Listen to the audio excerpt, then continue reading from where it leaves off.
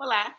Na primeira parte desse vídeo, essa é a segunda parte, né? A primeira parte a gente falou sobre como preparar, como redigir, e a gente chegou ali na etapa do. Falamos sobre o pôster acadêmico e sobre os artigos acadêmicos, né? Falamos do Qualis, né? E aqui está um exemplo de artigo acadêmico para vocês terem uma ideia de como é a carinha dele, né? Eu deixei ali para vocês, mas a gente já utilizou, a gente já estudou em algumas aulas o artigo acadêmico, né? Um outro, né, que é o mais conhecido, tipo de texto, né, de publicação, de redação de texto acadêmico é a monografia. Então, o que são essas monografias? São várias que a gente escreve ao longo da carreira acadêmica da gente, né? Primeiro a iniciação científica, depois o trabalho de conclusão de curso, o TCC, né? As dissertações de MBA, né? As dissertações de mestrado, né? A tese de doutorado, né? A tese de pós-doutorado. Então, tem várias possibilidades aí, o que distingue, né, esse trabalho de um artigo acadêmico. O artigo acadêmico, ele é curto, né, 15, 20 páginas, né, e tem uma estrutura bastante conhecida, que é aquele abstract, resumo, palavras-chave, introdução, várias questões ali, itens, né, normalmente até numerizados ali, com o desenvolvimento, e depois as suas conclusões. A monografia, normalmente, é muito mais longa, tem capítulos. Então, como se fossem vários artigos. Cada capítulo desenvolve uma determinada temática em profundidade, né? Normalmente também, a monografia é um trabalho que se desenvolve ao longo de uma pesquisa muito mais duradoura, né? No caso da iniciação científica, é 1 ano normalmente, né? No caso de um mestrado, normalmente 3 anos. No caso do doutorado, normalmente 5 anos, né? Então você tem esse comprometimento longo com uma pesquisa e você se torna especialista numa temática que precisa ser levada a fundo nos seus respectivos capítulos, no capítulo 1, 2, 3, né, 4, 5, e cada um com uma determinada temática que te ajuda a entender aquela problemática que é a sua ideia central da pesquisa, né? E, normalmente, diferentemente do artigo acadêmico, que é o autor escrever, submeter para a revista manda para os revisores e volta, a monografia não. Normalmente, essa monografia é acompanhada de um orientador, é feita sob a supervisão desse pesquisador mais sênior, né?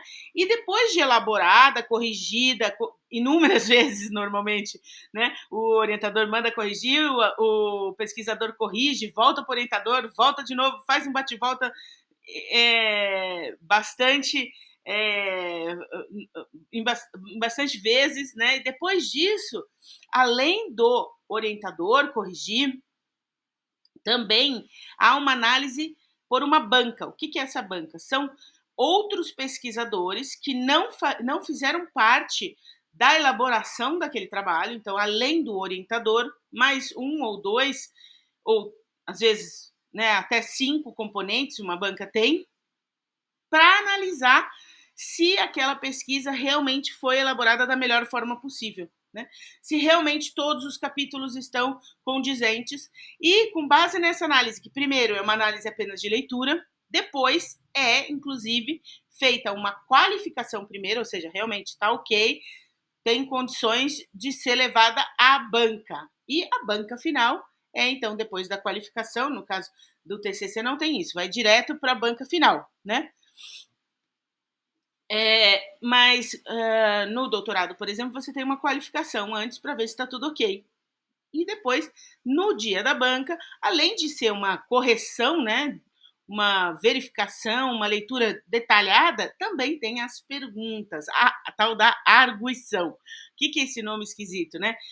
É uma série de perguntas, uma prova oral a respeito da sua pesquisa. Se a sua pesquisa foi bem feita ou não, a banca vai perguntar, né, detalhes da sua escrita, detalhes que estão lá né, intrincada no meio de um parágrafo, no capítulo 3, né, e vão lá atrás daquilo e te perguntar a respeito daquilo, né.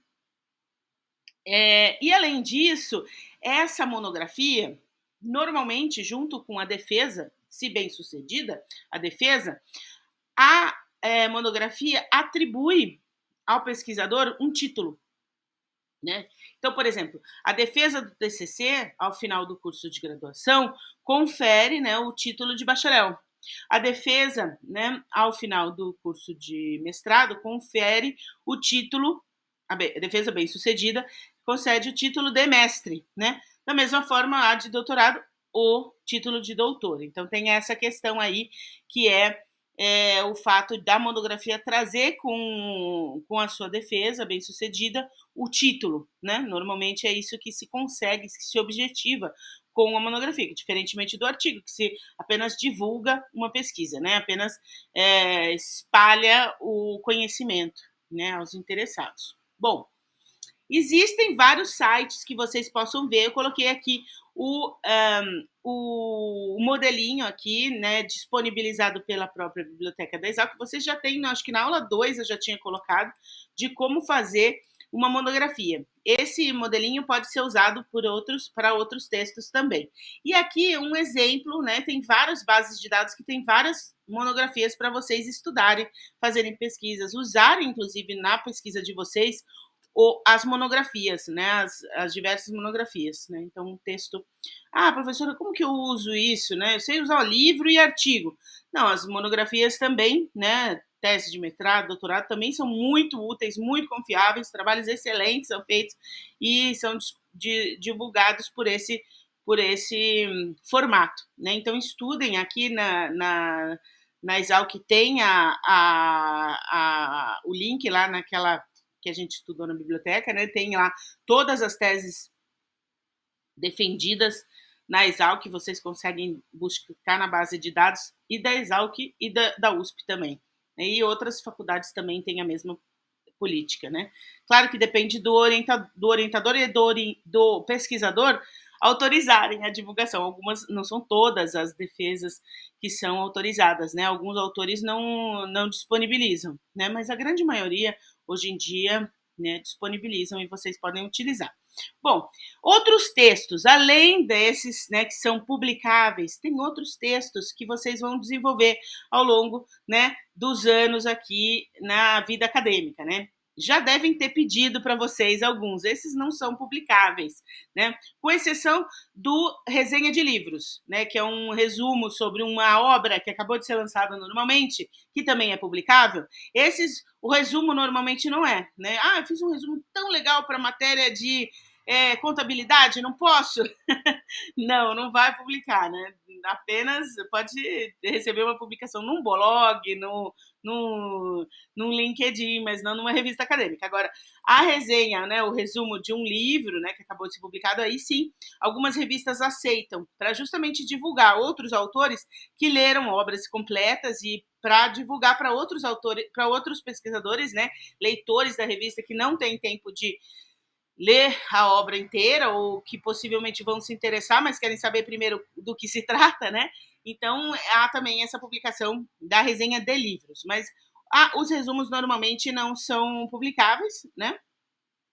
Eles simplesmente fazem uma sistematização de uma bibliografia, de uma temática, né? A mesma coisa com fichamentos, né? Vou fazer uma ficha desse livro, vou fazer um fichamento sobre a leitura da semana, né? E também a resenha crítica, que vários professores vão pedir para vocês. O que é, né? Então, essas modalidades. Vamos lá, um a um. Resumo, né? O resumo é um apanhado dos principais pontos de um determinado texto. Pode ser qualquer texto, pode ser um livro inteiro, pode ser um artigo acadêmico, pode ser um capítulo de livro, pode ser um trecho lá, né, que os professores pedem normalmente para vocês, né? O resumo, ele não tem críticas, ele não tem análises, ele apenas sistematiza de uma forma mais sucinta, clara, objetiva, um texto mais completo e longo, né? Complexo e longo. Então, e normalmente ele segue a mesma ordem. Então, capítulo 1 fala isso, capítulo 2 fala aquilo, né? E justamente é pedido para os alunos para comprovar se vocês estudaram a bibliografia obrigatória, né? Normalmente que os professores pedem para vocês. Então essa é a única finalidade do texto. O fichamento já não, o fichamento ele segue uma padronização. Isso, inclusive, eu falei sobre o fichamento para vocês fazerem isso de uma maneira sistemática quando a gente estudou o formato da revisão bibliográfica sistemática, lembra? Por quê?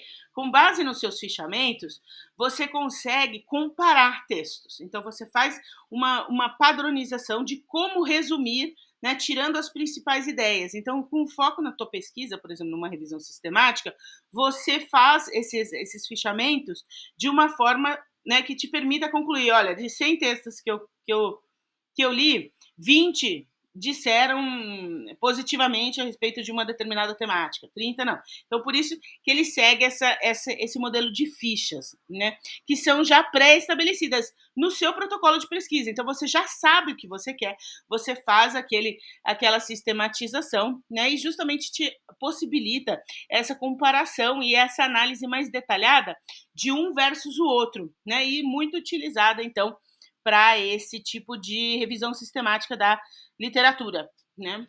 Para você conseguir fazer essa sistematização, justamente para essa finalidade, né? A resenha, mas muita gente usa fichamento, voltando aqui, né? Esse é o clássico do fichamento. Agora, muita gente fala como se fosse um resumo, faz um fichamento do texto e tal, né? Não necessariamente a pessoa pensando em, busque uma tabulação específica aí, né? Às vezes, né, no coloquial é utilizado o fichamento faz um fichamento do texto, é como se fosse, né? Faça um resumo do texto. Mas, propriamente dito, o fichamento é esse texto que permite, né, que segue um formato específico que vai te permitir comparar lá para frente, né, um documento com outro. Então, vai ter ali um formatinho, uma ficha pré-estabelecida para você ir preenchendo os campos, mais ou menos, né, com as ideias fundamentais do texto que vai ser lido. A resenha, desculpa, a resenha não é simplesmente ler, sumarizar e nem mesmo colocar lá no seu fichamento, né? Colocar aquele fim, mas sim fazer uma análise crítica, né? Então esse texto que vai ser resenhado, ele normalmente ele vai ser além, né, de um resumo, ele vai trazer as informações também do contexto. Então normalmente quem está fazendo uma resenha vai comparar aquele autor no contexto que ele está, vai trazer algumas publicações relacionadas, então vai trazer essas análises não só da qualidade do texto, como pontos que podem ser mencionados, poderiam ser melhorados. Então, a resenha de um livro, de uma obra nova, e por isso ela é publicada também, porque tem um conteúdo editorial, um copy, né? Tem um conteúdo autoral aí na resenha, porque o próprio autor da resenha, ele digeriu aquele texto, ele não simplesmente resumiu, mas sim analisou, poxa, eu tive uma surpresa muito encantadora na abertura desse livro, porque traz lembranças, né, do colonial brasileiro que foi comparado às fazendas, etc. E tal, né? Mas no final o leitor é deixado indagar sobre se é uma comparação com uma determinada situação ou não, né? Então, traz essa abertura de novas pesquisas, né? Onde o autor deixou a desejar, onde ele se superou, onde ele foi simplesmente, né, trivial. Então, essa é como se fosse passar uma caneta amarelinha, né, para a comunidade científica como um todo. Olha, esse livro é excepcional, ele traz isso, isso, isso. Ou, esse livro é péssimo, não leiam de jeito nenhum, entende? Nesse sentido é que são utilizadas as resenhas, né? E normalmente, quando os professores pedirem para vocês uma resenha, eles vão pedir uma resenha crítica, né? Então, olha, esse texto aqui, com base no que nós estudamos, o que você pode digerir e contar sobre ele, né? Em que contexto esse texto se insere na matéria, né? Então, não tenham uma passividade ao elaborarem uma resenha. Pelo contrário, façam a digestão do texto, tanto no contexto como na qualidade, relacionando com a matéria e com outros pontos ali, né, a serem analisados, né? Aqui um exemplo de resenha também, para vocês terem uma ideia, vocês veem que eles têm uma